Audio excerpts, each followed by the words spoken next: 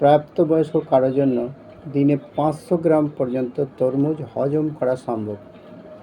প্রতি 100 গ্রাম তরমুজে 6 গ্রাম ক্যালোরি থাকে বলে দাবি করেছেন পুষ্টিবিদরা, যে কারণে 500 গ্রাম পর্যন্ত তরমুজ শরীরের পক্ষে যথেষ্ট। দিনে এর বেশি না খাওয়াই ভালো। আসসালামু আলাইকুম, ওয়েলকাম মাই চ্যানেল। এই গরমে প্রাণ ঠান্ডা করতে তরমুজের জুড়ি নেই বললেই চলে। এই কারণে অনেকে তরমুজ বেশি খেয়ে ফেলেন। কখনো কি ভেবে দেখেছেন তরমুজ বেশি খেলে কি হয়? কোনো খাবারই বেশি খাওয়া ঠিক নয়, তা যতই পুষ্টিকর হোক না কেন। তরমুজও এর ব্যতিক্রম নয়। তরমুজের পুষ্টিগুণ: তরমুজ বেশি খেলে ক্ষতি হতে পারে ঠিকই, কিন্তু এর গুণগুলো মোটেও ফেলনা নয়। তাই পরিমিত খেলেই মিলবে নানা উপকার। তরমুজের 92% হচ্ছে জল। এতে ভিটামিন B6, C, A সহ পটাশিয়ামের খনি হচ্ছে এই ফল। রোগ প্রতিরোধ ক্ষমতা বাড়াতেও ওজন কমাতে তরমুজ ভীষণ কার্যকরী।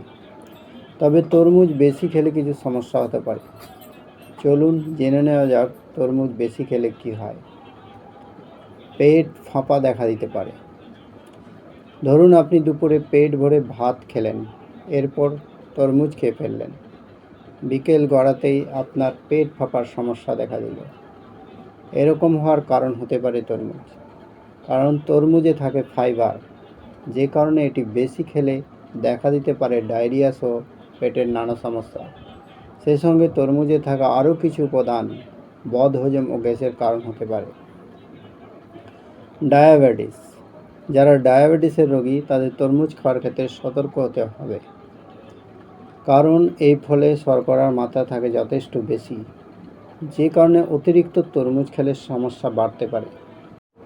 তরমুজে থাকা এক প্রকারের অ্যান্টিঅক্সিডেন্ট শরীরে বেশি পরিমাণে গেলে পেটের সমস্যাও দেখা দিতে পারে, তাই এদিকে খেয়াল রাখতে হবে। ওভার হাইড্রেশন: তরমুজে জলের পরিমাণ বেশি থাকায় এটি বেশি খেলে শরীরে জলের পরিমাণ বেড়ে যায়। জল বেশি হয়ে গেলে তা ওভার হাইড্রেশনের সমস্যা তৈরি হতে পারে, যে কারণে এটি কিডনির জন্য ক্ষতিকর হতে পারে। যাদের কিডনির সমস্যা রয়েছে তারা তরমুজ খাওয়ার ক্ষেত্রে সতর্ক হতে হবে, কারণ পরিমাণে বেশি খেয়ে ফেললে তা ওভার হাইড্রেশনের কারণ হতে পারে।